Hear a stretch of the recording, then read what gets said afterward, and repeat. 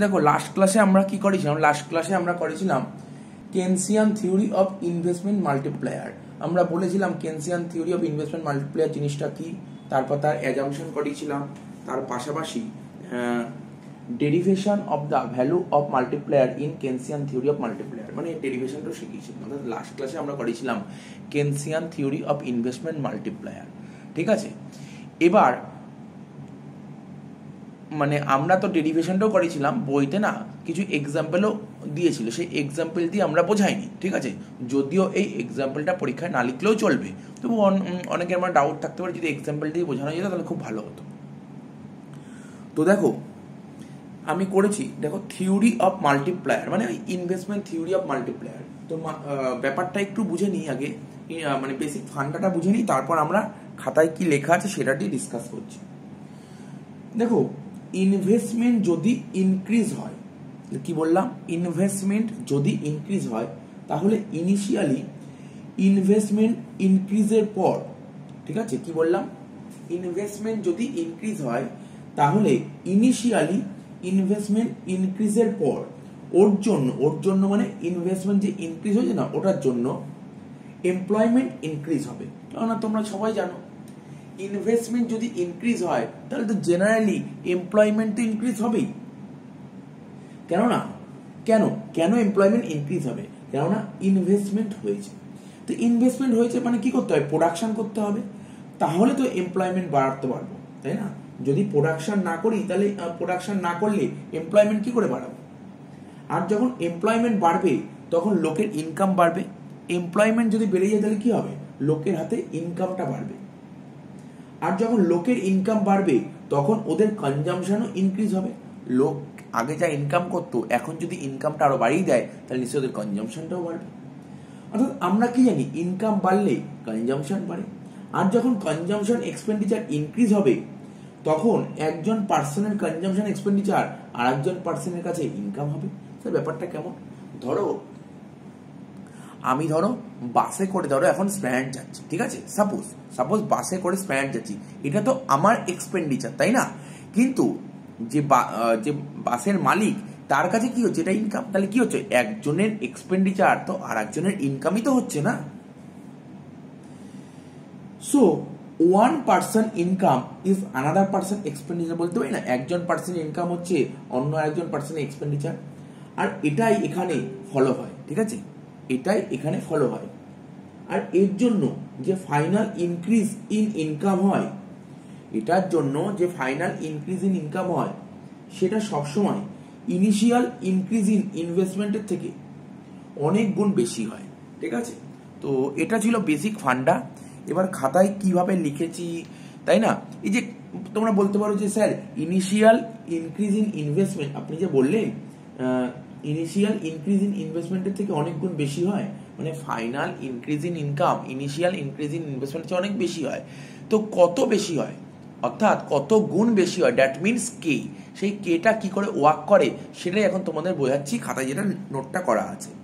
Suppose ধরো MPC 0.8, আমি ধরেছি এমপিসি 0.8, তাহলে কে মানে মাল্টিপ্লায়ারটা বের করার নিয়মটা কি? 1/1 মাইনাস এমপিসি, 1/1 মাইনাস এমপিসির মান 0.8, তাহলে 1কে 0.8 দিয়ে বাদ দিলে কত? 0.2, 1/0.2 করলে কত হয়? 5। তাহলে বুঝতে পারলে? তাহলে আমার মাল্টিপ্লায়ার মানে কে কত বেরোলো? কে মানেই হচ্ছে মাল্টিপ্লায়ার বেরোলো আমার 5 গুণ, ঠিক আছে। তো দেখো এখানে আমরা চার্টগুলো কি করেছি, প্রথমে লিখেছি ইনিশিয়াল ইনভেস্টমেন্ট, ঠিক আছে। দেখো ডেল্টা আই দিয়েছি, ইনডিউসড ইন ইনকাম দিয়েছি delta Y, additional consumption expenditure দিয়েছি ডেল্টা সি, আর সেভিংস দিয়েছি ডেল্টা এস। সাপোজ আমরা কি করছি, ধরো আমরা কি বলতে চাইছি, বলছি যে ইনিশিয়ালি ইকোনমিতে ইনভেস্টমেন্ট হচ্ছে 1000, আমরা ধরে নিচ্ছি সাপোজ, ঠিক আছে, মনে করছি যে ইনিশিয়ালি ইকোনমিতে ইনভেস্টমেন্ট হচ্ছে 1000। এরপরে যত টাকা, ঠিক দেখো, যত টাকা ইনভেস্টমেন্ট হচ্ছে ঠিক তত টাকাই তোমার ইনকাম জেনারেট হচ্ছে। আর যত টাকা ইনকাম করছি না, যত টাকা ইনকাম করছি পুরো টাকাই কিন্তু কনজামশন করছি না, পুরোটা কনজামশন করছি না, কিছুটা সেভিং করছি, ঠিক আছে। এবার প্রশ্ন হলো স্যার কতটা কনজিউম করছেন, এটা কি করে বুঝবো? ঠিক আছে, এ দেখো আমাদের এমপিসি কত বেরিয়েছিল? 0.8, ঠিক আছে। কতটা কনজিউম করবো? 0.8 বেরিয়েছিল। তো এই 1000-এর 0.8 মাল্টিপ্লাই করো, 1000-এর সঙ্গে 0.8 মাল্টিপ্লাই করলে কত হচ্ছে 800, এই 800টা কনজিউম করছি, তাহলে 1000-এর মধ্যে 800 কনজিউম করলে সেভ করছি কত 200। ঠিক আছে? তো তাহলে চলো ব্যাপারটা আরেকবার বলে দিই, যদি বুঝতে না পারো আমি আরেকবার বলে দিচ্ছি। বলছি ইনিশিয়ালি ইকোনমিতে ইনভেস্টমেন্ট হচ্ছে, মানে আমরা এটা মনে করছি ইনিশিয়ালি ইকোনমিতে ইনভেস্টমেন্ট হচ্ছে 1000, সে 1000 বলতে এখানে কি 1000 টাকা তো আর বলা যায় না, অ্যাকচুয়ালি পুরো ইকোনমির কথা বলছি, তাহলে 1000 কোটি টাকা। ঠিক আছে? তো তাই বলছি ইনিশিয়ালি ইকোনমিতে ইনভেস্টমেন্ট হচ্ছে কত 1000 কোটি টাকা ধরে নিচ্ছি। ঠিক যত টাকা তোমার ইনভেস্টমেন্ট হচ্ছে না, কি বললাম, যত টাকা ইনভেস্টমেন্ট ঠিক তত টাকাই ইনকাম ইনক্রিজ করছে, যত টাকা তোমার ইনভেস্টমেন্ট হচ্ছে ঠিক তত টাকাই তোমার ইনকামটা ইনক্রিজ করছে। ঠিক আছে? তো এবার যত টাকা আমার ইনকাম হলো সেই পুরো ইনকামটাই তো কনজাম্পশন করবো না, কিছু টাকা তো সেভিংও করবো, তাই না? তো কত টাকা কনজাম্পশন করব এটা জানার জন্য এই যে ইনক্রিজ ইন ইনকাম ছিল তার সাথে এই এমপি 0.8 যে মাল্টিপ্লাই করি, তাহলে আমার বেরিয়ে যাবে কনজাম্পশন, তাহলে বাকিটা কি হলো সেভিংস। তো দেখো আমরা কি বললাম যে একজন পার্সনের এক্সপেন্ডিচার তো আর একজন পার্সনের ইনকাম। তো সেকেন্ড রাউন্ড যদি আমরা আসি, ফার্স্ট রাউন্ডে কি ছিল, একজন পার্সনের এক্সপেন্ডিচার ছিল 800, তাহলে এটাই তো অন্য একজন পার্সনের ইনকাম হয়ে গেল না, তো এখানে ইনকাম 800 হয়ে গেল। আবার এই যে টোটাল যে 800 টাকা ইনকাম করলাম পুরো টাকাটাই তো কনজাম্পশন করবো না, কিছু কনজাম্পশন কিছু সেভিংস। কতটা কনজাম্পশন করব 0.8, 800 0.8 মানে 640, তাহলে বাকি 160 করলাম সেভ।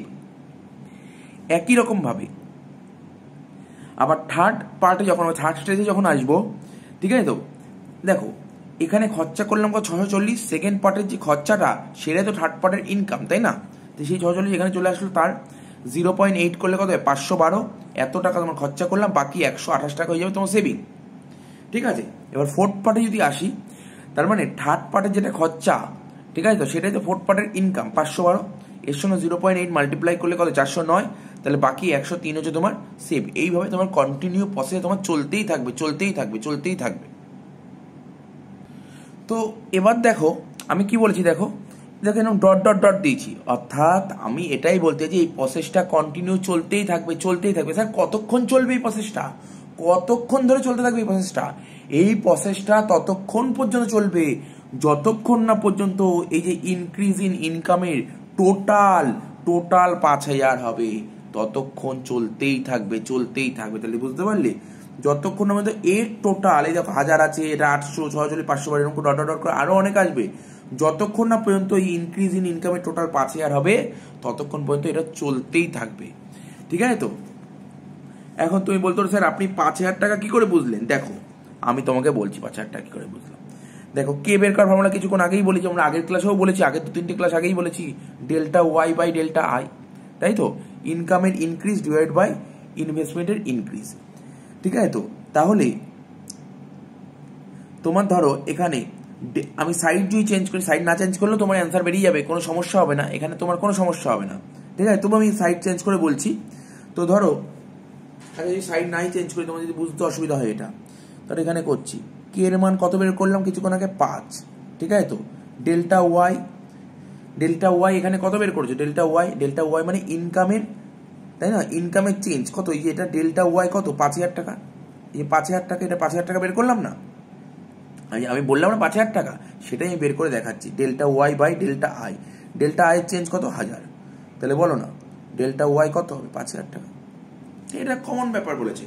আমি কি বললাম, যতক্ষণ না পর্যন্ত ইনকামের ইনক্রিজটা, যতক্ষণ এই যে ইনকাম তো ইনক্রিজ করছে, যতক্ষণ পর্যন্ত ইনকামের ইনক্রিজের টোটালটা 5000 হবে ততক্ষণ তোমায় করিয়ে যেতে হবে। তাহলে কি করে 5000 টাকাটা বের করলাম, এটা বের করার জন্য তোমাকে এই ফর্মুলা আনতে হলো, K equal delta Y by delta I, K এর মান 5 বলে মানে আগেই বের করলাম, ডেল্টা ওয়াই তোমার জানা নেই, এটাই আমি বের করছি। আর ডেল্টা আই কত প্রথমেই বলেছিল, কোনো ইকোনমিতে ধরে নেওয়া হচ্ছে যে ইনভেস্টমেন্ট ইনক্রিজ করছে 1000, তো এখানে 1000 লিখলাম, তাহলে ডেল্টা ওয়াই 5000 টাকা, তাহলে বোঝা গেল এটা 5000 টাকা হলো। একই রকম ভাবে এটাতে কনজাম্পশন ছিল, তাই তো? এটাতে কনজাম্পশন ছিল, তাহলে 5000 টাকা যদি তোমার ইনকাম ইনক্রিজ হয় তাহলে এমপিসি 0.8, তাহলে 5000 0.8 করলে কত হয় 4000, অর্থাৎ একই রকম ভাবে কনজাম্পশনের টোটালটাও তোমার 4000 হতে হবে, আর কনজাম্পশন টোটাল এটা 5000 এটা 4000, তাহলে তো সেভিংসের টোটাল 1000 হতে হবে। এইভাবেই প্রসেসটা কন্টিনিউ হয়েছে। তুমি তোমার বইতে দেখতে পারো, বইতে হয়তো অন্য উদাহরণ দিয়েছে, বাট এইভাবে এই ডায়াগ্রাম বইতে করেনি। এইভাবে যদি তুমি করো, এইভাবে যদি তুমি ফ্লোটা করো, তাহলে বুঝতে সুবিধা হবে। একটা জিনিস দেখো, ভালো করে দেখো, যেটা আমি বললাম, একজন পার্সনের এক্সপেন্ডিচার তো অন্য একজন পার্সনের ইনকাম। দেখো এখানে, দেখো এটা এক্সপেন্ডিচার তো এখানে ইনকাম, এটা এক্সপেন্ডিচার এখানে ইনকাম, আবার এটা এক্সপেন্ডিচার এখানে ইনকাম। তো আশা করি কনসেপ্টটা বুঝতে পেরেছো। তো ভালো করে এটা দেখে নাও, ঠিক আছে? তো কোনো অসুবিধা হবে না। আর আগের ক্লাসে তো বুঝতেই পেরেছো, বারবার যেই জিনিসগুলো বলছি সেটা মন দিয়ে শুনবে। আগে যে ক্লাসগুলো করাচ্ছি পুরো সিরিয়ালি ওয়েতে চলছে, তো আগের ক্লাসগুলো যদি না বুঝে, যদি এই সমস্ত ক্লাসগুলো আগে করতে তাহলে অনেক প্রবলেমে পড়ে যাবে। তো ঠিক আছে, চলো আগে এরপরে আমরা নেক্সট ক্লাসটা করব। নেক্সট ক্লাসে খুব সম্ভবত গভর্নমেন্ট এক্সপেন্ডিচার করব, গভর্নমেন্ট এক্সপেন্ডিচারের মাল্টিপ্লায়ারটা করব, ঠিক আছে? নেক্সট ক্লাসে আমরা করব গভর্নমেন্ট এক্সপেন্ডিচার মাল্টিপ্লায়ার, ঠিক আছে? তো তার জন্য এই ক্লাসটা এখানে শেষ করছি। নেক্সট ক্লাসে আমরা হাজির হব। তার আগে এই যা যা এখন যা যা করালাম থার্ড চ্যাপ্টার থেকে, সেগুলো পুরো ভালো করে স্টাডি করে নাও।